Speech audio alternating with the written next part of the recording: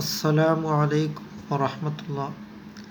അൽഹംദുലില്ലാഹി റബ്ബിൽ ആലമീൻ വസ്സലാത്തു വസ്സലാമു അലാ അഷ്റഫിൽ മുർസലീൻ വഅലാ ആലിഹി വസഹ്ബിഹി വസല്ലം. ഇന്നാ അൻസൽനാഹു ഖുർആനൻ അറബിയ്യൻ. വിശുദ്ധമായ ഖുർആനിനെ അറബി ഭാഷയിലാണ് അല്ലാഹു തആല ഇറക്കപ്പെട്ടത്. അതുകൊണ്ട് നാം വിശുദ്ധമായ ഖുർആനിനെ നാം ധാരാളമായിട്ട് നാം ഓതുക. ഖിറാഅത്ത് എന്ന വാക്കിനർത്ഥം ഓതുക എന്നാണ്. ലോകത്തിൽ ഏറ്റവും അധികം ഓതപ്പെടുന്ന ഒരു ഗ്രന്ഥമാണ് വിശുദ്ധമായ ഖുർആൻ. അതുകൊണ്ട് നാം വിശുദ്ധമായ ഈ അല്ലാഹു തആല ഇറക്കപ്പെട്ട ഈ ഗ്രന്ഥത്തെ നാം ധാരാളമായിട്ട് നാം ഓതുക. സയ്യിദുനാ റസൂൽ കരീം സല്ലല്ലാഹു അലൈഹി വസല്ലമ തങ്ങളുടെ പേരിലാണ് ഈ വിശുദ്ധമായ ഖുർആൻ ഇറക്കപ്പെട്ടത്. അതുകൊണ്ട് നാം വിശുദ്ധമായ ഖുർആനിനെ നാം ധാരാളമായിട്ട് നാം ഓതുവാനും ധാരാളം ഖിറാഅത്ത് നാം ചെയ്യുവാനും നാം ശ്രമിക്കുക.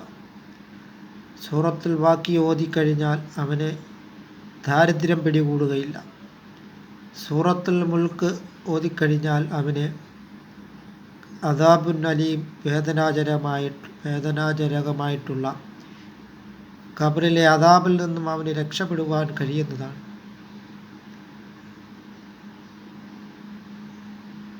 അങ്ങനെ നാം വിശുദ്ധ ഖുർആനിനെ നാം ധാരാളമായിട്ട് നാം ഓതുവാനും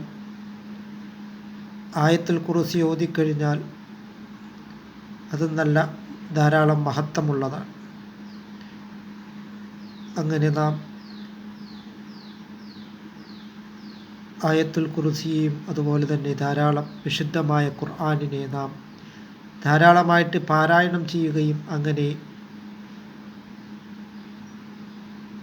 ഇന്നാ അൻസൽനാഹു ഫീ ലൈലത്തുൽ ഖദ്ർ. വിശുദ്ധമായ ഖുർആനിനെ അല്ലാഹു തആല ഇറക്കപ്പെട്ടത് ലൈലത്തുൽ ഖദ്ർ എന്ന് പറയുന്നതായ ആ രാത്രിയിലാണ്.